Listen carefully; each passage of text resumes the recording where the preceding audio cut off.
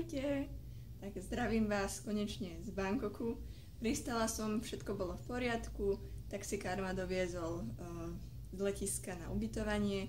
Sice taxikár nevedel ani zaťať po anglicky, tak som musela na ňo ísť všelijako rukami, nohami, že kde ma zastaviť. Tak potom som mu to ukazovala na mape, že kde sme, ešte že mám tú GPS-ku, že kde sme, a potom som sa vlastne nejako dostala na to ubytovanie.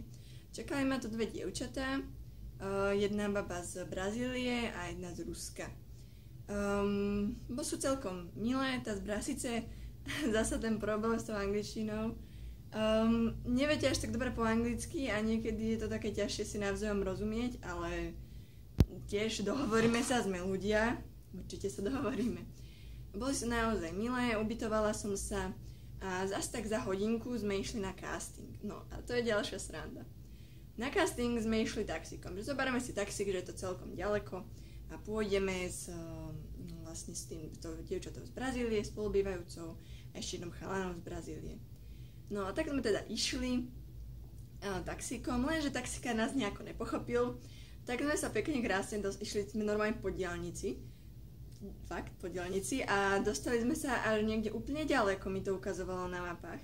A potom sme sa teda konečne otočili a dorazili na miesto castingu. Už som vedela, že to bude miesto castingu, lebo som tam videla vysokých chalanov a vysoké baby. A potom sme tam prišli, bol to casting na nejakú fashion show. Normálne sme sa tam prešli, odfotili nás, ale myslím si, že ma asi nevybrali, lebo napríklad takto chodí, že keď sa páčite a oni tam už majú veci nastavené, tak vás už hneď do toho začnú obliekať. A obliekali z tých 20, možno 2 nakoniec obliekli, takže tak to vlastne vidíme. A trošku sa mi zdá zvláštne, že tie dievčatá na ten casting prišli v dlhých nohaviciach a preboha, však tu je teplo, tu je 33 stupňov a oni došli v dlhých nohaviciach. Ja sa nevzdám svojich kraťasí ani za tohto, nič, v žiadnom prípade. A vlastne prišli sme z castingu, všetko bolo v pohode, ubytovala som sa dostatočne, vypratala som si kufor, vypratala som si taktiež ostatné veci, ktoré mám v vaku, všetko si dala na miesto, aby som toto mala nejak približne organizované. A potom som ešte behala po obchodoch, zháňala som napríklad thajskú simku, lebo keď chcem napríklad aj tie mapy si nájsť niekde v meste, potrebujem mať vlastne internet.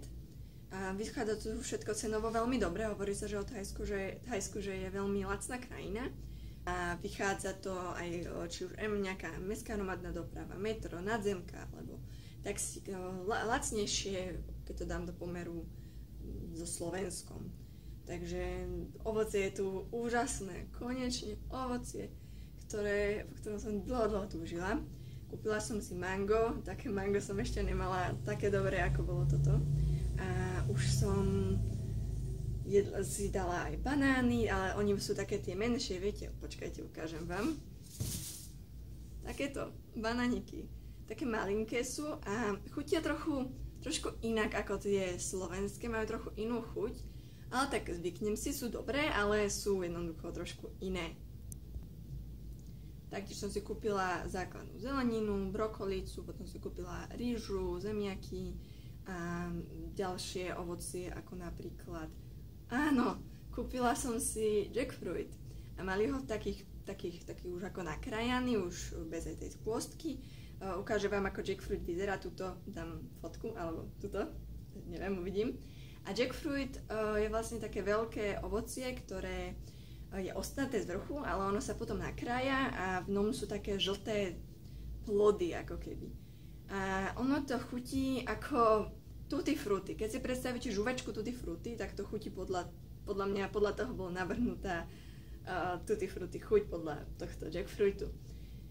Určite mám záujem na ostatné ovocie, ale bolo to na mňa už aj tak moc ťažké, keď som išla z toho nákupu. Takže na budúce. V agentúre sú všetci milí, zobrali si moje miery a porozprávali sa, dali mi uteráky a také základné veci.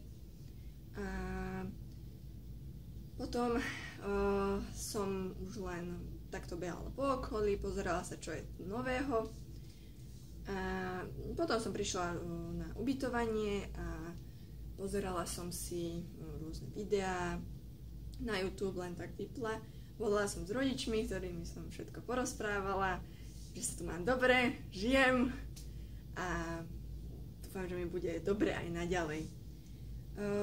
Rozprávame sa tu cez tzv. WeChat, čo je niečo ako WhatsApp, takže aj potrebujem tomu internet a ono to tak býva, že vlastne aspoň v tejto agentúre, že deň predtým okolo 6:00 vám dajú vedieť, aké máte castingy alebo aké máte joby a tak ďalej, okolko je kde a ako.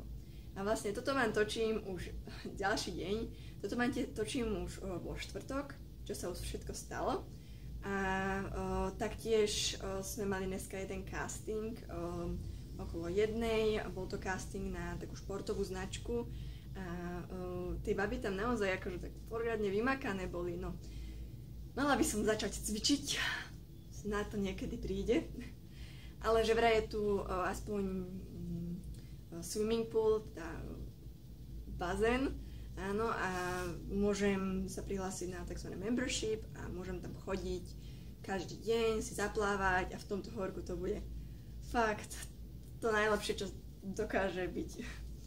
Teraz idem do agentúry na tzv. Test shoot, také snapy, to znamená, že len fotky hlavy, postavy, len tak vlastne pre agentúru. A ešte sme boli vlastne pred tým castingom v nemocnici. Viem, divite sa, čo v nemocnici? Veď som zdravá, len som prišla. Práve to, oni chceli ma tu zaregistrovať, normálne mám kartu lekárskú, zobrali mi krv, nemohla som sa na to ani pozerať, zobrali mi krv, odvážili ma, zmerali tlak a tak ďalej, všetci boli veľmi milí. Som bola veľmi prekvapená tou nemocnicou, poviete si, že Thajsko, že on nemá až také dobré nemocnice, že však že vonku je to tak trošku špinavé, nie až tak krásne na pohľad niektoré miesta, ale práve naopak tá nemocnica bola asi najčistšia nemocnica, ktorú som kedy videla. To ani tá na mojom malom meste nemá na ňu. To je úplne krásna, čistá nemocnica, ale čo sa mi nepáči na miestach, keď idem, či už len taxikom, alebo idem do nejakej miestnosti, kde je vlastne klíma.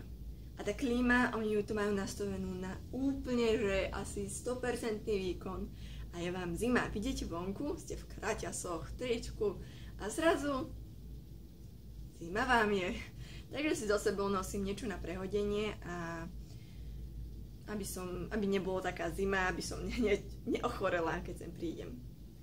Tak zatiaľ idem teda na ten test, na tie testy alebo na tie snapy a potom sa vám ozvem.